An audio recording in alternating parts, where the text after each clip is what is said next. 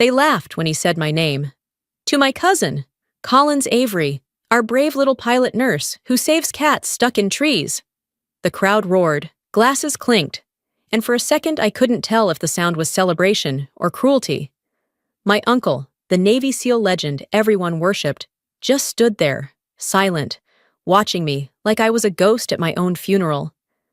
I smiled, the kind of smile you wear when your heart splits quietly in two. That night, surrounded by laughter and smoke, I realized, in this family, silence hurts louder than bullets. And someday, that silence would break, with my name on it. Bozeman's summer sun hit harder than I remembered, the kind that made the air shimmer above the grass. Smoke drifted from the grill, and voices tangled over the hum of a country song.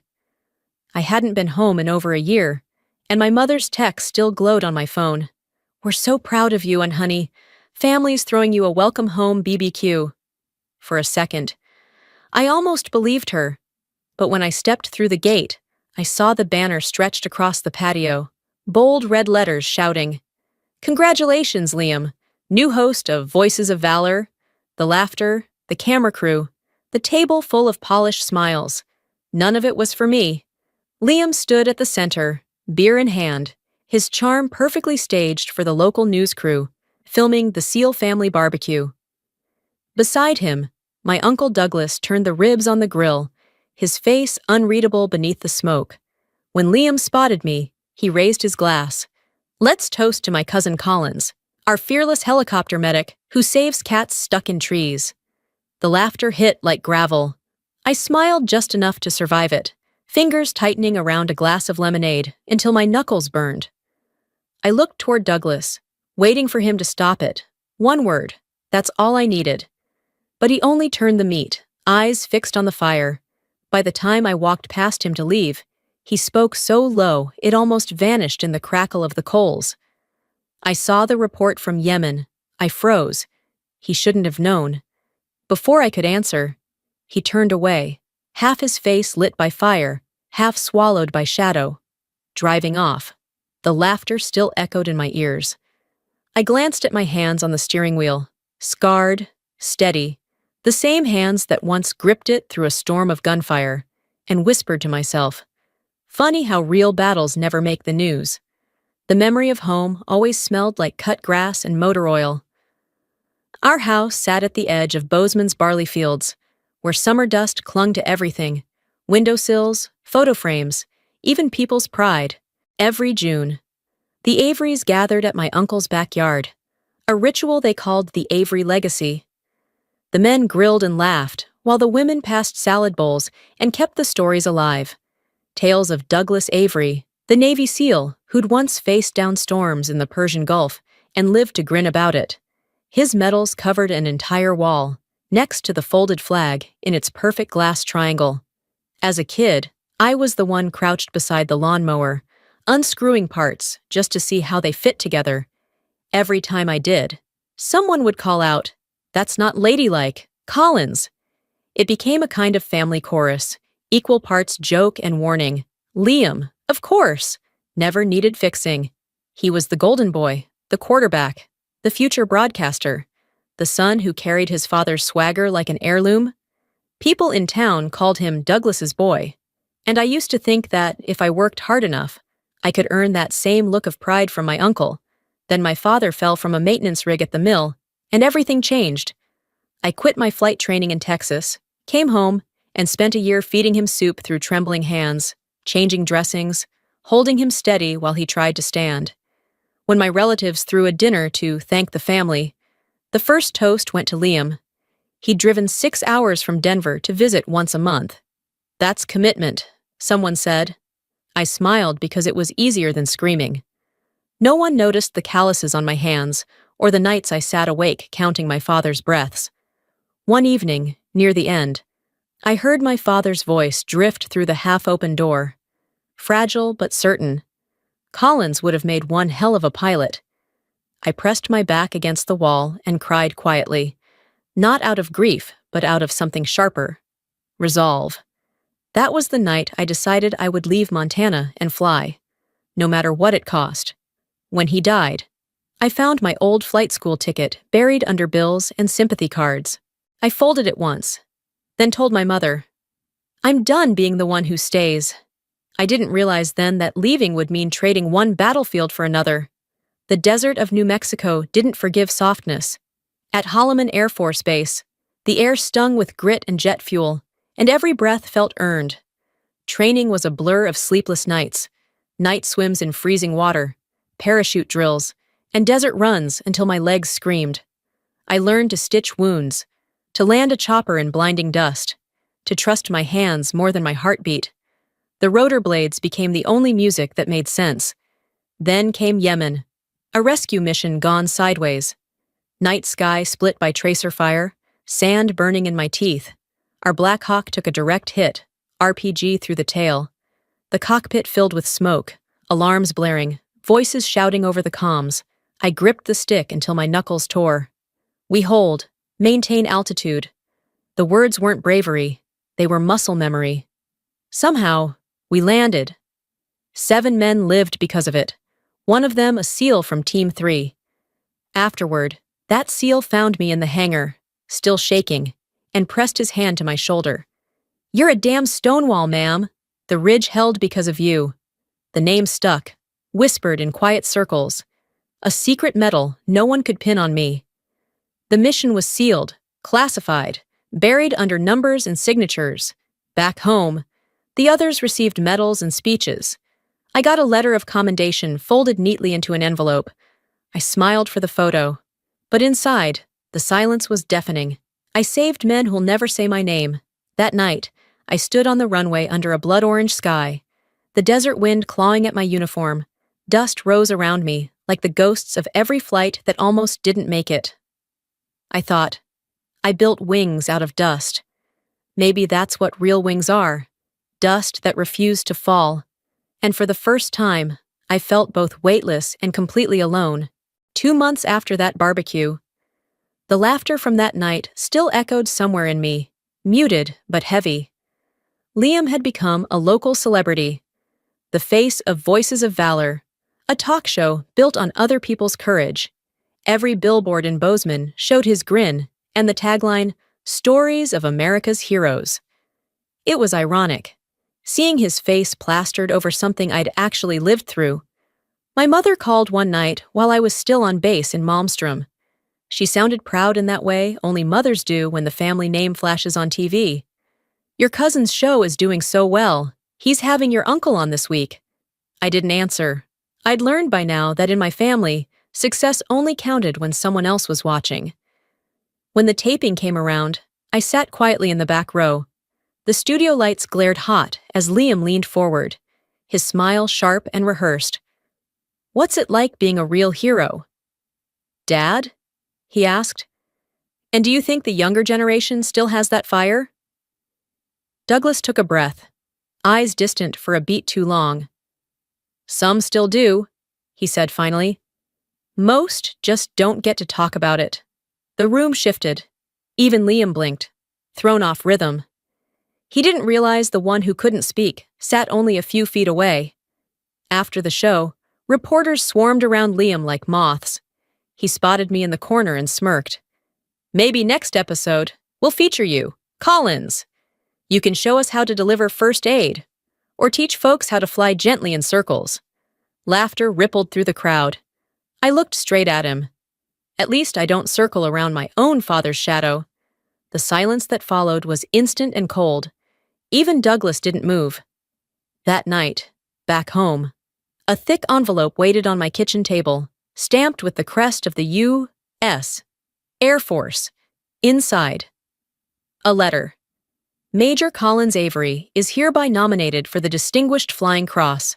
Ceremony to be held privately." At the bottom, the signature that stopped my breath. "Recommendation by Master Chief Douglas Avery, Ret.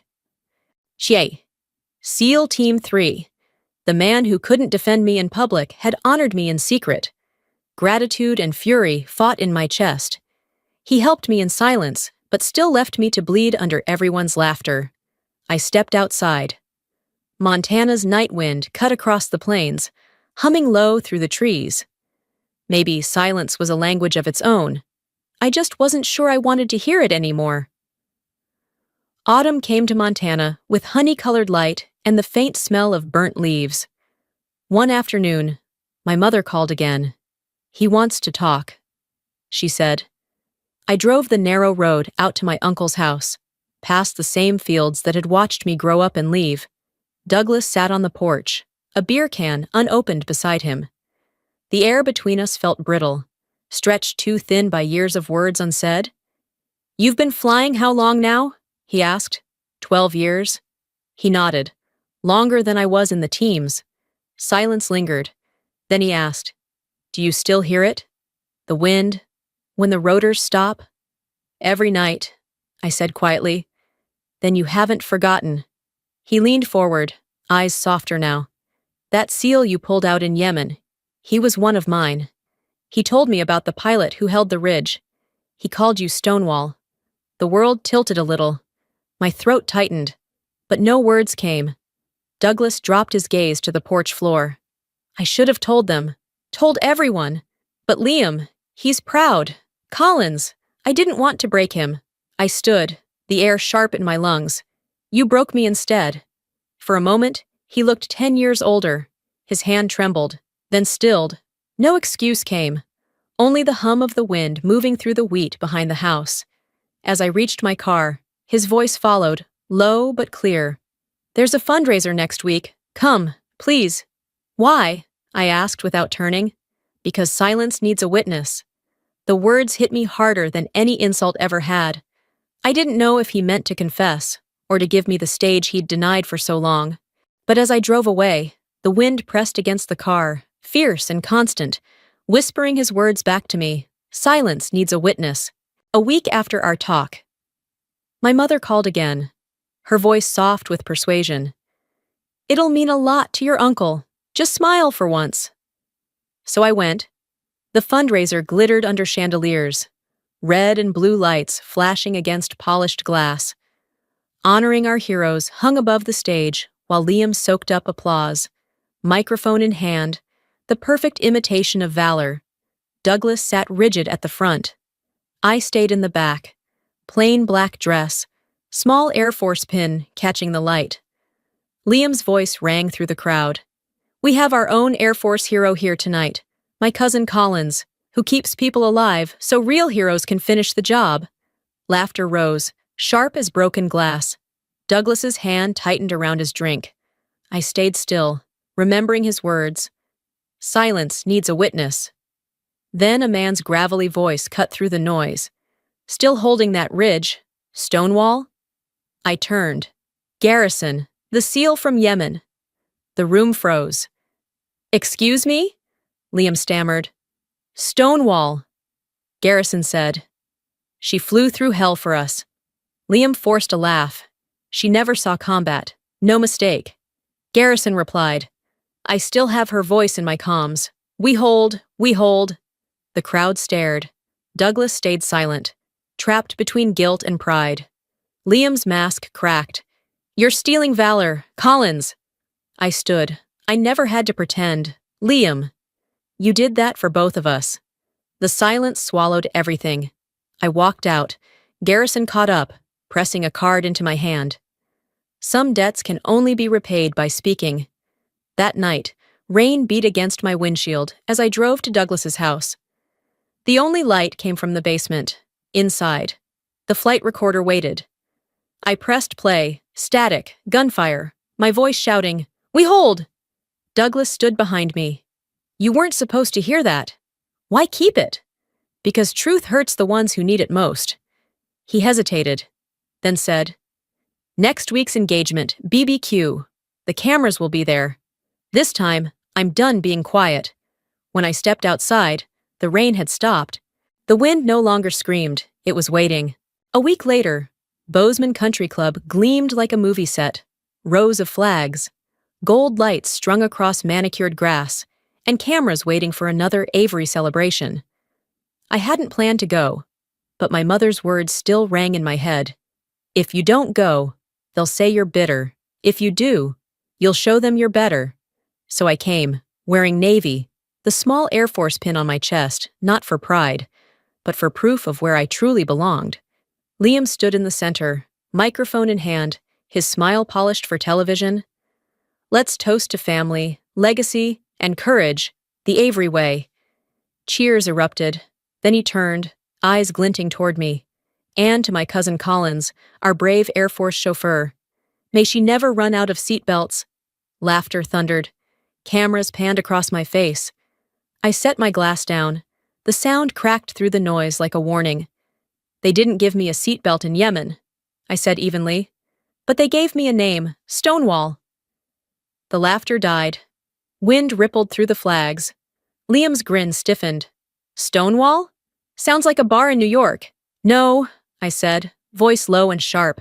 It's the ridge you hold when hell opens fire.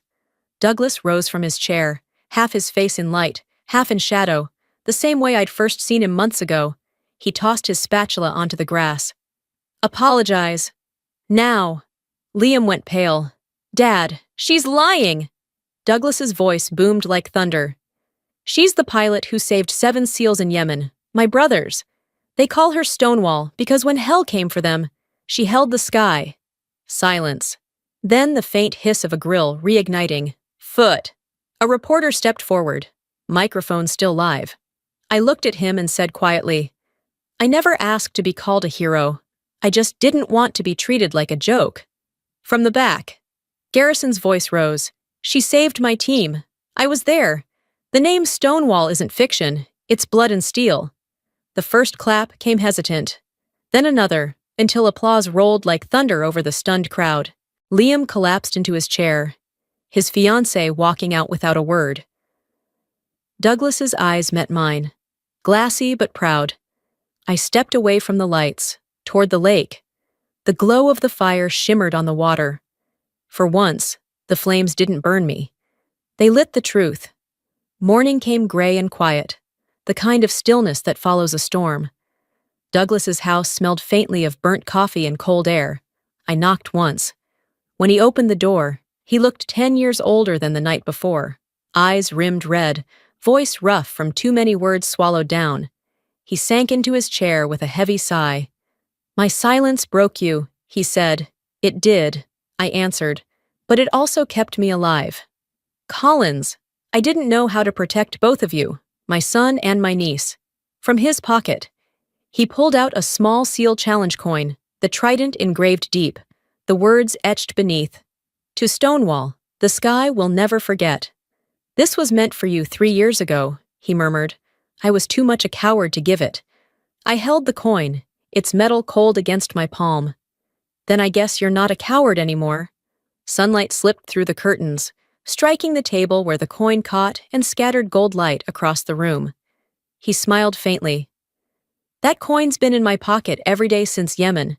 Guess it finally found its way home. My phone buzzed. Liam's message. I lost the show. I lost everything. But I finally saw you. I'm sorry. I typed back one line. Then start listening. Douglas gripped my shoulder, his voice hoarse but steady. You've always been the strongest, Avery. I just took too long to say it. I stepped outside. The morning air cool on my skin, the coin warm in my hand. For the first time, silence didn't feel like punishment. It felt like peace. 3 years later, the world felt lighter. I was still in the Air Force, now teaching young pilots how to trust the wind instead of fear it. The morning sky over Bozeman stretched endless and clear, the kind of blue that seemed to forgive everything. My HH-60 climbed steady through the thin air, sunlight gleaming off the rotor tips. Below, the valley opened wide, dotted with yellow fields and quiet houses. Near the edge of town, a small barbecue flickered with gentle smoke. I caught sight of Douglas's silver hair, Liam beside him, and a little boy, Evan, running circles in the grass with a plastic pilot's helmet too big for his head. He stopped, looked up, and raised a small hand in salute. That's your Aunt Collins. I could almost hear Douglas saying, they once called her Stonewall. The rotor hum softened into rhythm with my heartbeat. Every sound that used to sting, the laughter, the silence, the chaos of Yemen, had blurred into something whole. I banked the helicopter slightly, sunlight flashing across the Air Force insignia. The wind rushed past my ears, no longer screaming, just singing low and steady. For the first time, the wind didn't sound like silence. It sounded like home, far below. Douglas and Liam watched, saying nothing. Their quiet now felt different, filled not with guilt, but respect. On the porch table sat a single coin engraved with Stonewall, beside my photo and uniform. The blades faded into distance, leaving only the hum of peace.